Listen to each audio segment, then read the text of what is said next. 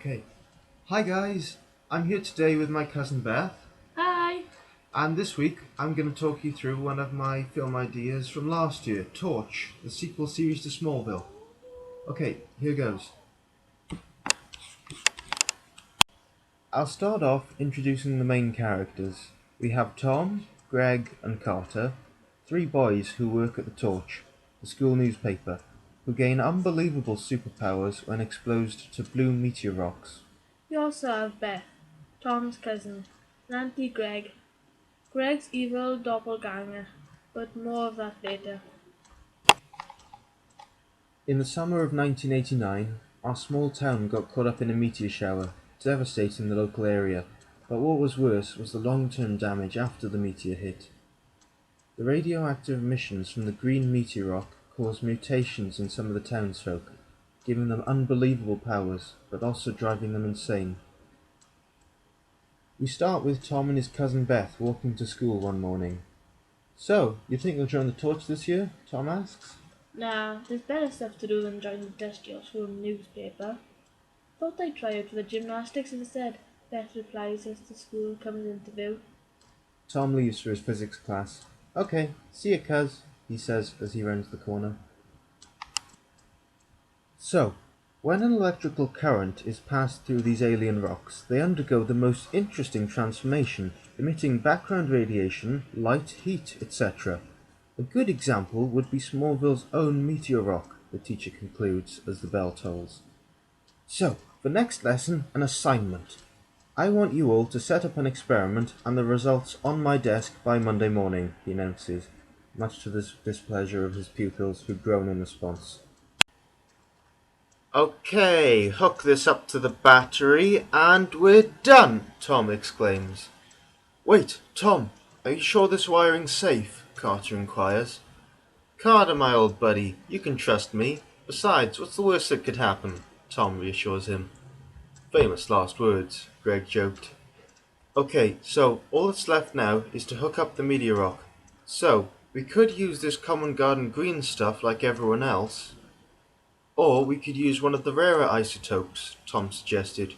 He reveals a variety of meteor rocks. "Go for it," Carter replied. "Okay," Tom responds. "So, hooking up the blue meteor rock to the battery. Commencing in 5, 4, 3, 2, 1. Tom flicked the switch, and the rock starts glowing. "This is amazing," said Carter. "I'm going to try increasing the voltage," Tom announced.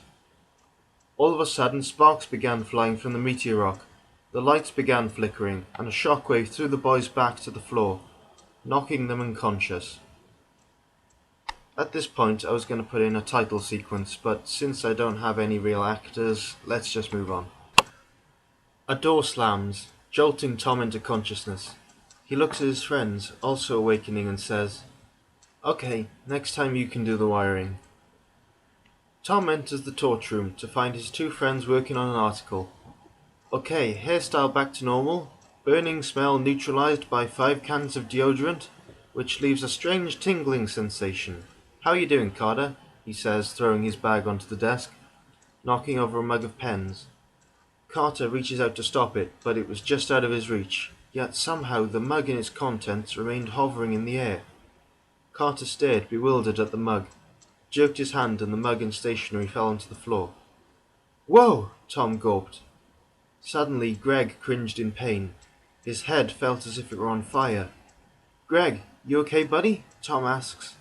Greg slumps into a chair and replies, "No, I—" His voice tails off as he notices his homework on the desk, and his brain automatically solves the answers. Greg chuckled. "I have a super brain." So, naturally, Tom sought to test the credibility of his friend's powers, and they performed brilliantly, levitating mugs and solving difficult questions unaided. "Okay, so Carter can move things with his mind. Greg's a living supercomputer," Tom concludes. "But the question is, what can I do?"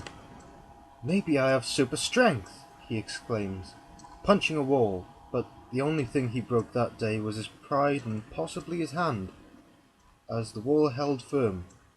"Or maybe not," Greg suggested. The camera goes pixelated, and we realise we are now watching the boys from a computer screen. Why? A voice asks.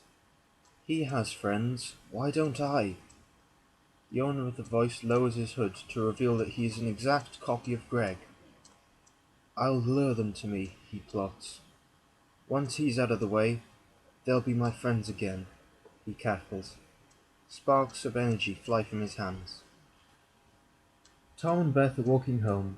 So, how'd gymnastics tryouts go? Huh? Oh, Beth replies. They said I wasn't good enough, that I was too tall to be a gymnast. I'm sorry, Tom consoles her. Don't be. This kid invited me over after school tomorrow. I really like him. A confused look spreads over Tom's face. Tom enters the Torch the following morning to find Greg sat at a desk.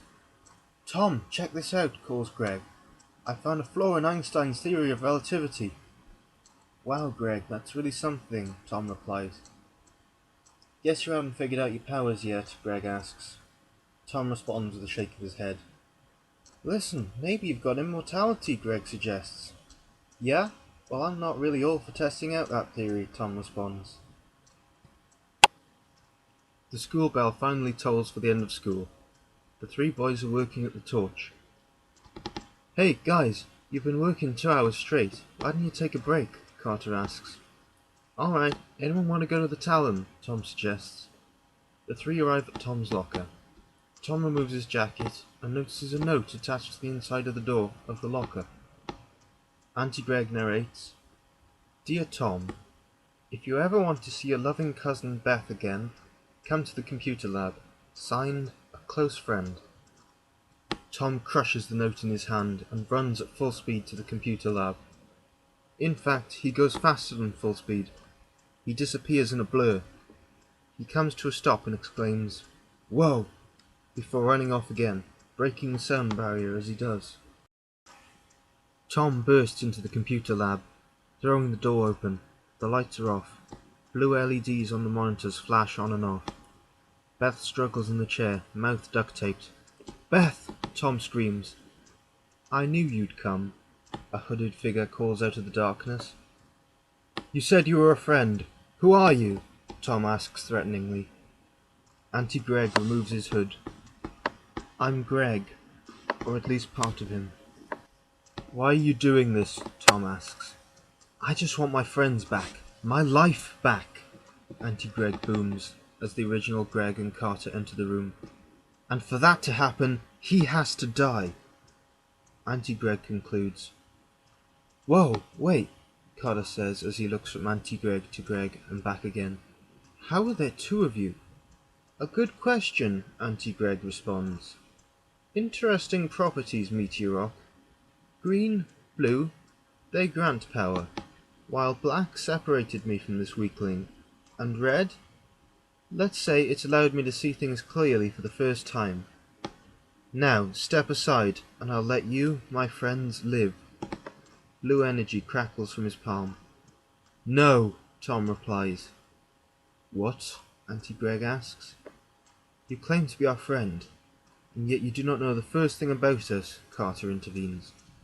Tom steps forward and concludes, We stand by our friends. Then die with them, Auntie Greg snarls. Auntie Greg throws a lightning bolt. Tom super speeds away, but Carter gets hit and fries, screaming in pain. Tom taps Auntie Greg on the shoulder and throws several punches.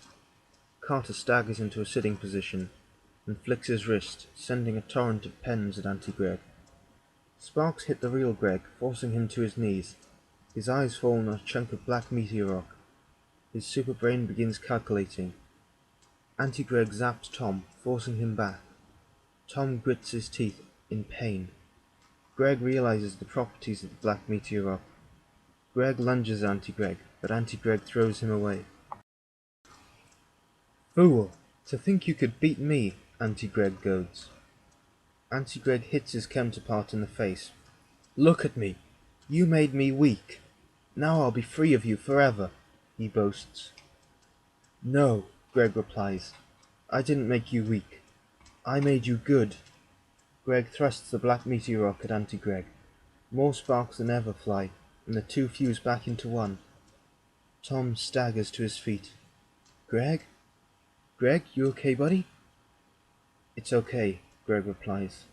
I'm me again. Some days after the incident, Tom enters the music room to find Carter and Greg in there already. So, what happens now? Carter asks. We keep our powers a secret. If anyone finds out about us, we'll be labeled freaks, Tom replies. But what about your cuz? Greg begins, but Tom cuts him off with, Beth's not going to say anything. Life's never going to be the same again, is it? Carter asks. No, it'll be better, Greg exclaimed. I figured since I have a super brain, I'll go work for NASA after high school. I think I'll try it for the football team. Got a good feeling I'll make it this year, Tom suggested. And whatever comes our way, we'll face as a team, Carter concluded. Tom snickered. What is it with you and these dramatic phrases? We'll face as a team, you claim to be our friend, and such. Greg begins playing For Release, and Tom and Carter continue arguing in the background. The camera pans out and the credits roll, but that's not the end. In an after-credits scene, Greg opens his locker and a small spark flies between his hand and the metalwork. Okay, so that's it for this week. Sorry the video's so late. Okay, remember give us a thumbs up and don't forget to subscribe.